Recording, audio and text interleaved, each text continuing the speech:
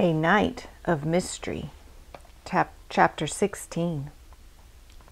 Grammy did not wonder long about what he could do on the star.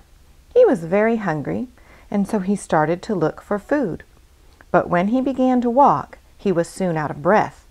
"I don't know what is wrong," he said, "but I can hardly get my breath. I shall not try to walk. I shall crawl instead."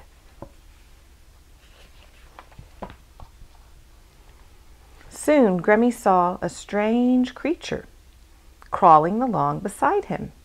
It crawled when he crawled and stopped when he stopped. It did not make any noise. Grammy called to the stranger, "Hello there, please help me. I am very hungry. Please tell me where I can find something to eat." When no answer came back to him, Grammy was frightened. He waved his hands and the dark creature waved its hands. He began to crawl faster, and the dark creature began to crawl faster. "He is tricking me. He does everything I do, but he will not talk to me," said Grammy. "I must try to make friends with him, for there is no one else here." Grammy began to crawl toward the creature, but it crawled too, and he could not reach it. At last they came to the door of a dark cave. To Grammy's surprise, the star creature disappeared at the door of the cave. Grammy did not see it go into the cave. What became of it was a mystery to him. He called, "Now, what do you think you are going to do?" This time Grammy got an answer. A voice deep within the cave said, "Now, what do you think you are going to do?" This was too much for Grammy. He did not say another word, but he thought to himself, "I am going to get away from this place. I do not like this land of mystery." He turned around, but standing in the front of him was another creature.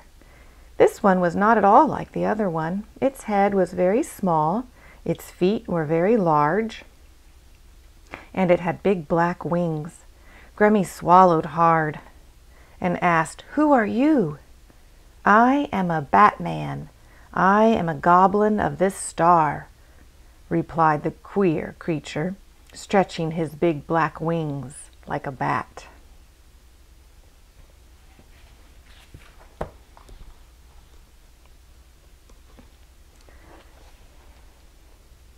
Though Grammy and the Batman were very different, still they were both goblins, and they understood each other. Grammy said, "I am so glad you will talk to me, Mr. Batman. That other star creature would do only what I did and say only what I said." "That other creature was only your shadow, and the voice you heard was your own voice bouncing back from the walls of the cave," said the Batman. "Really? Well, that is a joke on me," said Grammy. "I was afraid of my own shadow and my own voice." "You must be hungry. Follow me, and I will give you something to eat," said the Batman. "I cannot follow you. I cannot walk on this star," said Grammy. "Then climb upon my back, and I will take you to my cave. My wings are very strong," said the Batman. Grammy did as he was told, and soon he was sitting in the Batman's cave and eating the strange food the Batman gave him. Later, the Batman took Grammy on his back and showed him strange and wonderful places on the star. He saw high mountains where black flowers grew. He saw deep rivers where fish without eyes were swimming. He saw Batmen hunting for starbirds' eggs that were as red as fire. He heard rumbling noises and saw mystery lights flash in the sky. Soon he and the Batman had to hide in a cave while a band of strange creatures swished by. "Who are those creatures with faces like cats and bodies like birds?" asked Grammy. "They are the terrible flying cats. They are hunting tonight.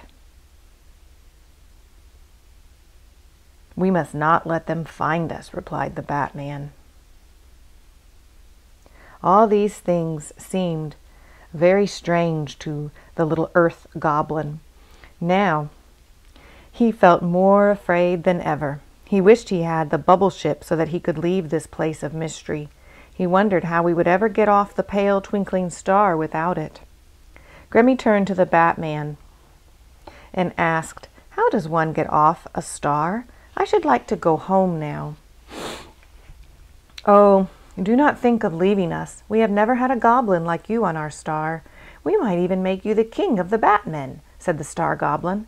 "You are very kind," said Grimmy. "But I must go back to the world. Please help me get off the star. You see, I have no magic now to help me get away. I must go back to the world and find my magic wonder ring again." "Wonder ring? Wonder ring? I never heard of such a thing.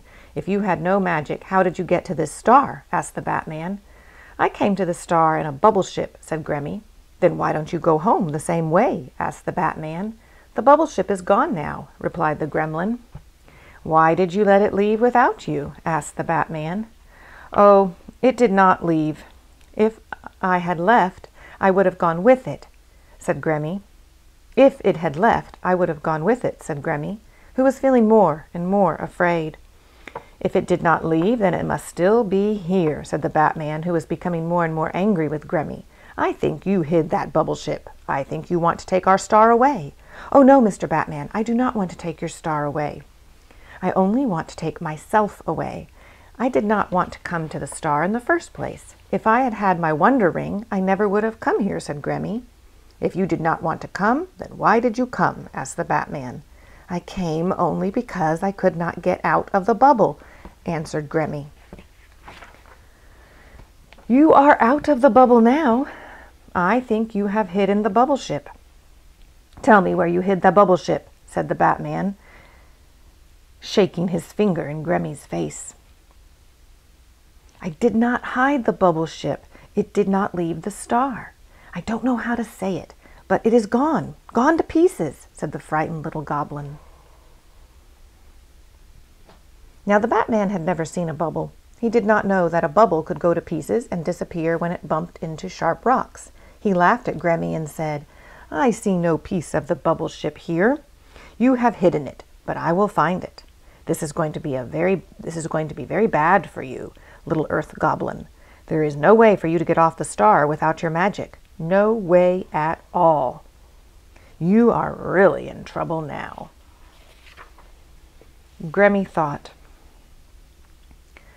"I must get off this star. There must be some way out of this. Oh, if only I had my wonder ring now." Just then Grimmy and the Batman heard a loud noise followed by a swishing sound. They looked up and saw a shower of meteorites in the sky. Behind the meteorites walked a big giant with a large dipper in his hand. He was dipping up little stars, meteorites and stardust, and pouring them out again to go tumbling through space. The Batman shook with fear.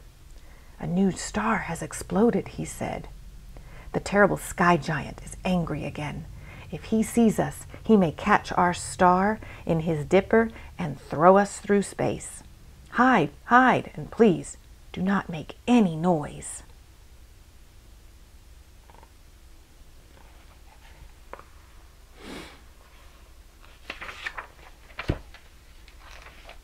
But Grimmy did not hide. He wanted to get off the star, and he thought perhaps the sky giant could help him. He remembered his magic words and cried, "Alakazam!" as he leaped into the air. At once he grew larger and larger and rose higher and higher into the sky until at last he landed in the giant's Big Dipper. Strange to say, at that very moment, far down on Earth, Big Bill Pelican, with the wonder ring in his pouch, had wished that he could find Grimmy again. So great was the magic of the tiny wonder ring that even so far away in the sky, the great sky giant could feel it. At once he turned the Big Dipper over and poured out the little gremlin, along with the meteorites, and sent them tumbling toward Earth.